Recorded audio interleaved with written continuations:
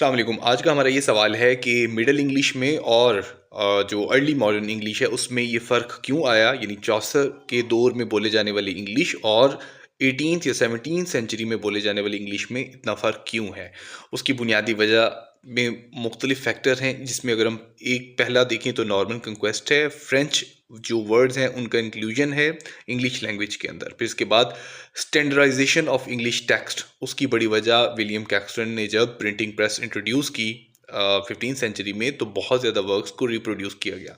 نتیجتاً بہت زیادہ لوگوں کو یہ انفارمیشن ملی کہ کس طریقے سے کون سا لفظ انگریزی کا بولا اور لکھا جانا چاہیے یا لکھا جاتا ہے۔ اس کے علاوہ ایک بہت بڑا اور امپورٹنٹ فیکٹر ہے گریٹ وال شفٹ کا۔ اس سے مراد یہ ہے کہ 14ویں سے 18ویں صدی کے درمیان مسلسل جو وال کی جو پروننسیشن ہے وہ بدلتی رہی۔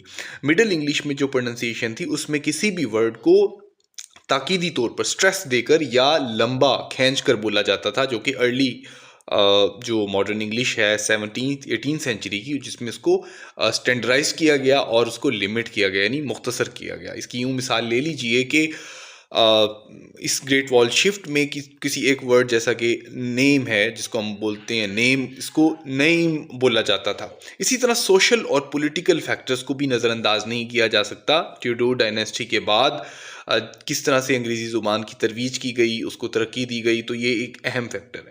تو ان تمام چیزوں کو مد نظر رکھتے ہوئے ہم دیکھ سکتے ہیں کہ کس طریقے سے انگریزی زبان میں جو ہے وہ تبدیلی آتی رہی اور اس طریقے سے لوگوں تک جو ہے وہ ایک سٹینڈرڈ لینگویج جو ہے وہ پہنچی اور اس میں یہ تبدیلیاں ممکن ہوئیں۔ شکریہ۔